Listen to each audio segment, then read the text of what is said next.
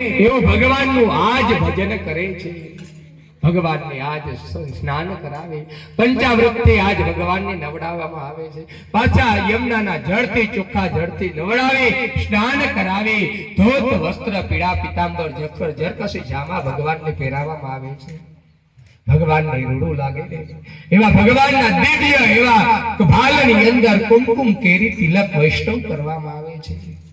ભગવાનને સારું લાગે એવા વિવિધ પ્રકારના પુષ્પ ભગવાનને અર્પણ કરે છે. ભગવાનની અબીલ ગુલાલની રંગોળીઓ કરવામાં આવે છે. ભગવાનનો શણગાર એવો દિવ્ય કરવામાં આવે છે રે. ભગવાન રાજી રાજી થાય છે કે કેવો મારો અનન્ય ભક્ત. એક દિવસ યમુનાના કિનારે આજ અમરેશ રાજા યારે આજ ભગવાનનું જળ ભરવા માટે જાય છે.